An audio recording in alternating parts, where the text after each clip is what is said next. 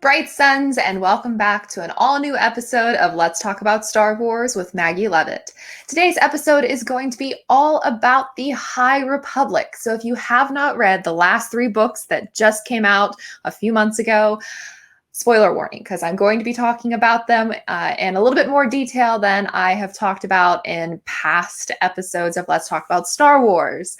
I have just been sitting on so many thoughts and opinions and feelings about the High Republic. I think it's pretty obvious based on my past videos, and also if you follow me over on Twitter, that the High Republic is definitely my favorite thing that has come out of Star Wars in a long time. Maybe since Rogue One. Rogue One is really the last big Star Wars thing that truly captured every part of my heart.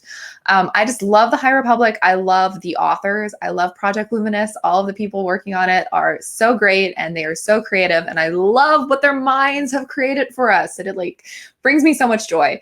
And this last wave of novels really just hit on so many things that I have wanted to see more of in Star Wars. First off, this wonderful novel, which is #1 for me, I think, out of all of the Star Wars novels I have ever read. Cavan Scott just knocked this out of the ballpark. It is so good. But this is the first time that we've gotten actual romance. I say obviously the prequels have romance in it. Obviously there's romance and stuff throughout it, but I felt this one had the most, obviously Light of the Jedi had the whole Elzar Avar thing, but Elzar man. Yeah, the whole thing with him and Samira I thought was really interesting, and I was scandalized romance in my Star Wars. But I really loved it, and I think that it helps to really make the characters and the Jedi feel more real and relatable, because so many of the Jedi that we know, the best outside of Anakin, but Obi-Wan and Luke and all of these other Jedi figures are very much singular, celibate style monks, basically. And I think that's what a lot of people think of the Jedi as, because of the whole no attachments thing.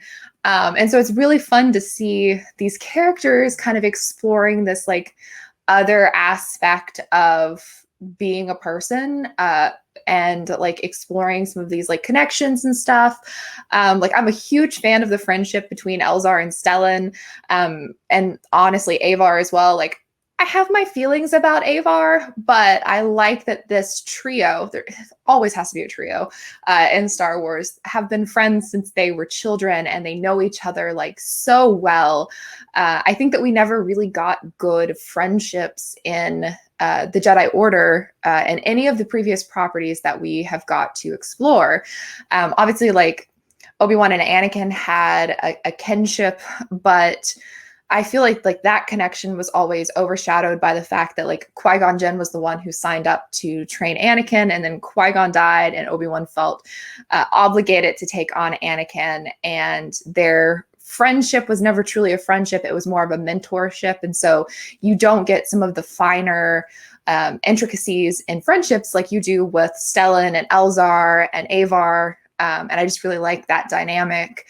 And I also really like Elzar Man, because he seems so much more open about the things that he's experiencing, and this kind of brush with the dark side, and just kind of being troubled. I do love a good troubled boy. But all that being said, of course, I might be wearing a Jedi shirt, but I'm not entirely pro Jedi. I am definitely very pro Nihil, or Nihil, whichever you want to say. And so they caused some major trouble on Valo. Poor Republic Fair. It was never going to be a good idea. I obviously don't trust Lena So, and I personally thought that this is speaking in terms of the thing. I think this works really well in terms of the actual book and the actual story.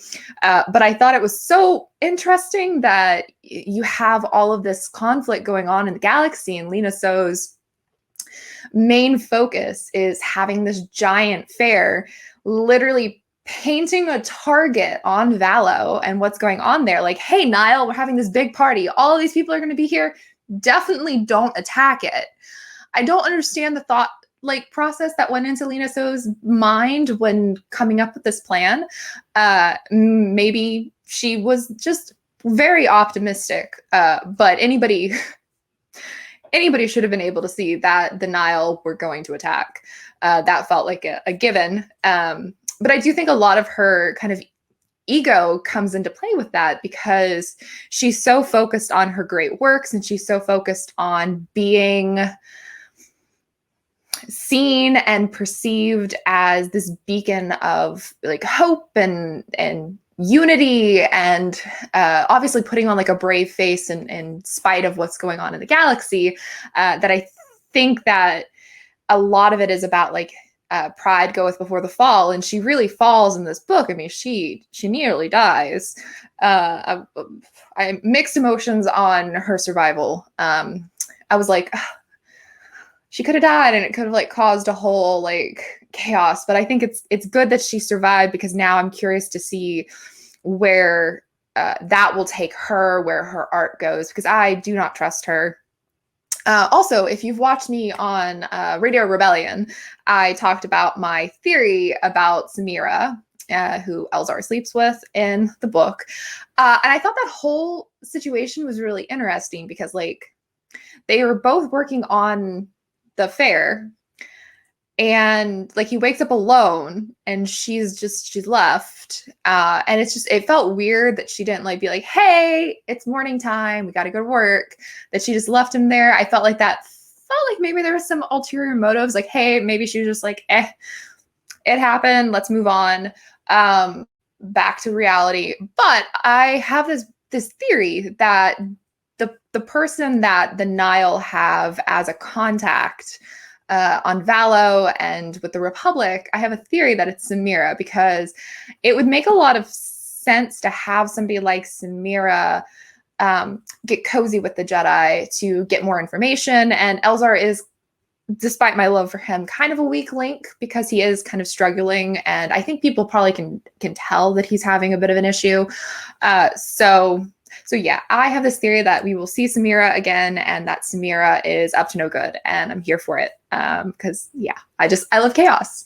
But this book was just so good. Every page was just filled with so many things that I want more of. And I love the Nile. They're so bad. And I love Marchion, and I love everything that was going on with like Panetta and Lorna D. And honestly, I wasn't like a huge fan of Lorna D until I listened to the audio drama, which is out this week, and I'm going to do like a mini episode when that comes out. So keep your eyes peeled for that. You know, the Eye of the Storm. That was so corny. But yeah, I wasn't like 100% sold on Lorna D, either in Light of the Jedi or in The Rising Storm. But with the context now, and like looking back as I'm talking right now, I think that the Tempest Runner audio drama really contextualizes a lot of the stuff that's going on in The Rising Storm, and that's probably because of the connectivity of Cavan also writing Tempest Runner, and there's like a very solid through line there, and I think it's great, and I can't wait to talk about that in more depth. But moving along, Daniel's middle grade book I loved. This is such a good book, and I think it's fun because it gives a different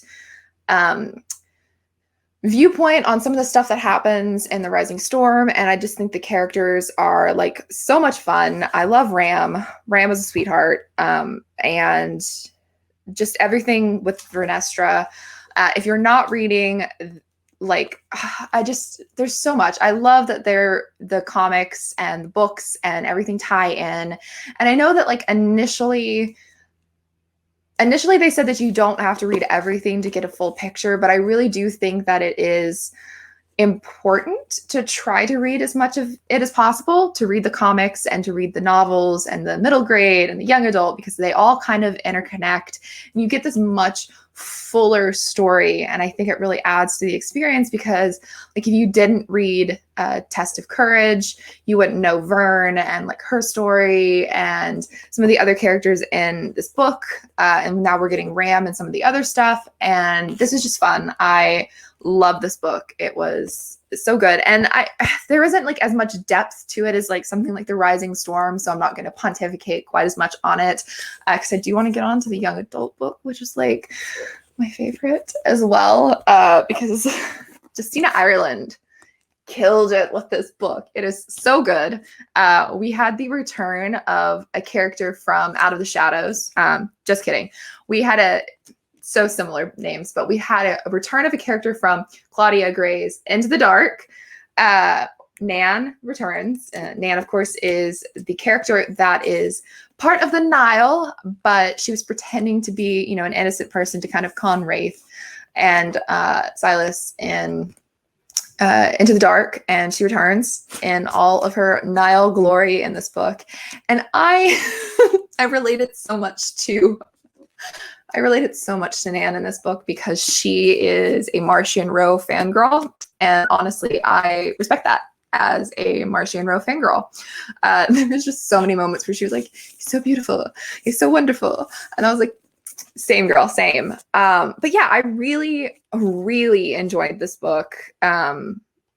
There's, you know, Vernestra is back again. I just love Vern so much. And you have Cormac, and Syl is great. I absolutely loved Syl. I also really loved seeing some of the Santeca stuff that was going on at the outposts.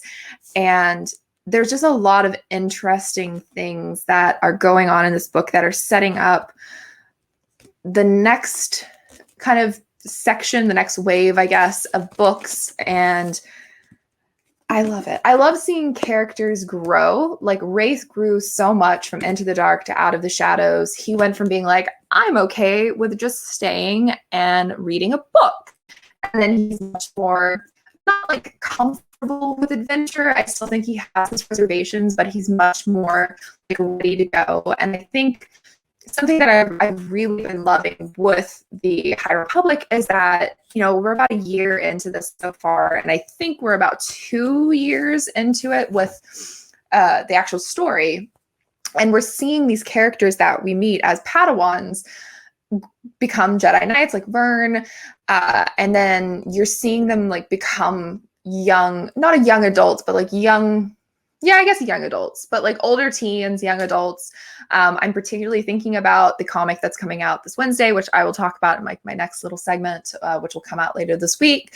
And I'm really liking that. It's so connective. There's such good synergy between all of the different mediums, and there's such growth. We're seeing these characters almost in real time grapple with extremely terrifying, horrible situations, and they're getting to evolve and grow and learn who they are as Jedi and as people, because we have a lot of characters who are not Jedi that kind of interact with the Jedi and the Republic, and I think that's really fun as well.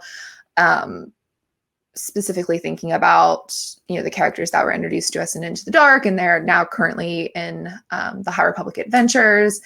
And it's just really fun to see where the characters are going and where we're being taken along, you know, kind of for the ride. I just think it's great. I could not speak more highly of the High Republic. Ha, that was funny. So it's if you haven't gotten into the High Republic books and you just were spoiled for everything that just happened in this previous wave of books, sorry, I did give a warning, but you should definitely dive into them in whatever way you do, whether you listen to them or read them. Take your time, explore it, learn with it, read the comics. Kind of, the comics really helped me. I think I talked about this on here. I know I've talked about it on Twitter. I really struggled when Light of the Jedi came out. Like, I was so excited for that book. And then I started reading it and I was like, I cannot picture any of these characters. I have no attachment to any of these characters. Obviously, I still read it. The children's book, the like couple page color book, really helped me connect with some of the characters and to visualize them. But once I started seeing these characters in the comics, it really helped me kind of hindsight relating to these characters, and it kind of figuring out who they were and how they look and who their master is and stuff. So I really think the comics are like a must read for anyone who is trying to get into the books, because it really helps you visualize what's going on. And also it just connects everything together so well, because so many of these characters that were kind of in isolated books and during isolated arcs within these last two waves are now kind of all converging in the comics, and it's chef's kiss. I am obsessed. But yeah, I think that's really like everything I have to say. I mean, I could talk about the Nile a lot. I think that they're so in flux right now. It's definitely at the end of the Rising Storm, we're left with Marchion kind of grappling with some structural issues within the kind of functionality of the Nile. And I think that that poses some really interesting challenges for him. He obviously has his own ambitions, and it's not that it doesn't exactly line up with where the Nile have been previously functioning, like under his father. I just think that he has ulterior motives that are driven by whatever trauma was introduced in the Light of the Jedi. And of course, we're getting the comic book series, I believe it's the graphic novel series in 2022 that will be covering Marchion's backstory. So we're finally going to get that. But I think it's laying the groundwork for that. And I think it's really interesting and really compelling. And the Rising Storm laid so much groundwork for Lorna D as well. And I cannot wait to see where things go with her next, because the Tempest Runner was just so good. That's as much as I'm going to tease about it. You'll just have to wait till the next video. But yeah, I really love the High Republic, and I really love the authors. We were just recording an episode of The Outer Rim Beacon this week, and we were talking about a lot of the comics. And Justin, one of the other hosts, he had asked like which was my favorite, if I love the High Republic or the High Republic Adventures.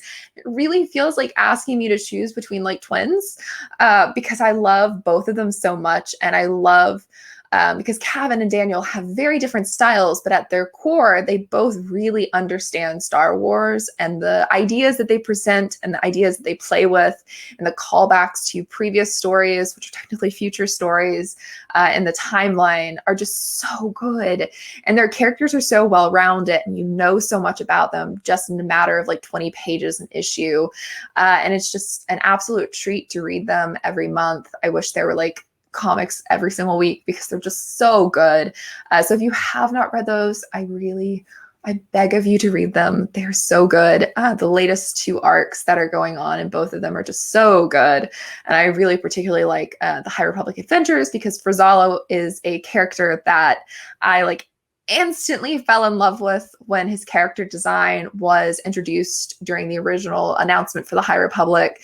He's a Zagarian, which are typically the bad guys in Star Wars, kind of much the same way that Trandoshans like Skier have been presented as the bad guys kind of historically in the Star Wars universe. And Frazala is such a soft boy, and I love him. And there was in the issue, comic book issue, I guess a month ago now, there were some really interesting I guess like arcs being played with him in terms of fear and like facing your fears, and kind of playing with callbacks to obviously that very recognizable quote from Yoda about the path to the dark side, and just some really fun things that make you think. And I like that about the High Republic. There's so much in it that makes you kind of challenge what you know about the universe of Star Wars and who are the good guys. I, of course, don't necessarily think that the Republic is good. Maybe that's my healthy distrust of government agencies. But just like as a historian, I see the Jedi as kind of the missionaries being used to facilitate colonization by a large government, which like sends out so many like warning bells in my mind. But it makes for such good storytelling, because everything that we interact with in fiction is rooted in some sort of truth, something that's real. And I think it's fun to explore some of these concepts and notions and interactions and fit them into the galaxy, and then explore them and kind of extrapolate on what we know from like real life and how we can convert that into sci-fi on such a bigger scale. And it's so fun. And I maintain my belief that when Project Luminous was first introduced, there was this idea put forth that the whole kind of ethos of the High Republic is, what are the Jedi afraid of?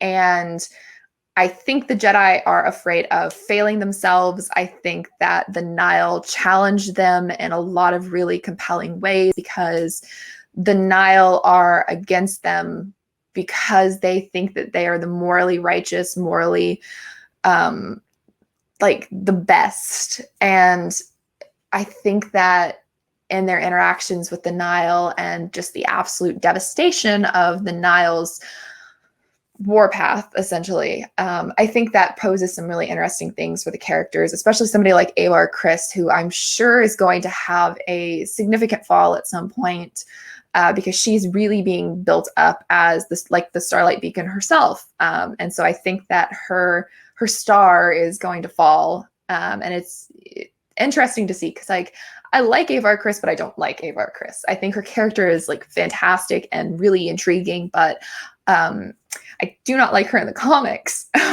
She is, yeah, there's some undertones to her character that as a historian just made me go, that's not so good. But still like a really well-rounded, really interesting character. I don't necessarily know if I want her and Elzar to end up together. Not a big fan of her icing him out. I know she's like duty bound, but girl, it's Elzar, man. But yeah, I love it so much. I truly just, the High Republic has been an absolute gem over this past year, and the authors kind of make it that much better because they're so passionate about it and they work so well together. And I wish I could just be like a fly on the wall of their like Zoom meetings and all of the conversations they have for how they're going to rip our hearts out with future books. And I just love it. I cannot speak more highly of the High Republic. But that's everything I have now like rattled on for 20 minutes. The High Republic's great. Buy it. You will not be sorry. I have 2 copies of The Rising Storm because I loved it so much. Technically 2.5 copies because I have an arc that's like just half the book. But I cannot wait to see what comes next in the High Republic. I think everyone is going to be in for a treat with Tempest Runner. It's like 6 hours long of some of the best Star Wars you're ever going to encounter, which I will talk about later this week. You'll just have to wait. Until then, I want to leave you with a thought.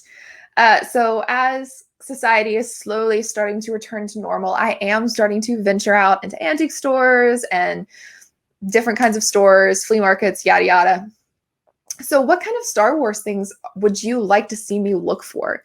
Once I kind of find something that has more Star Wars stuff than like 1 or 2 things, I really want to like take my camera with me and record some stuff and then bring it back to share with all of you. So is there any sort of like Star Wars stuff that you would like to see me add to my collection or to go on a great hunt for? I need a challenge. I need to know what you want me to find and to add to my collection. So it's like there are rare 1 in 5 item that you want me to like try to hunt down, or do you want me to get Jar Jar Binks? I have definitely looked at some Jar Jar Binks lately and like been like, do I want to do it? Do I want to buy it? But I'm so curious to know what everybody thinks about like thrifting stuff. Like, I just want to know. I want to hear your thoughts. I love hearing from you. But until then, until later this week, I am so glad to have listeners who are still listening to this after 20 minutes of me rattling about the High Republic. And as always, may the Force be with you. And the Nihil are right.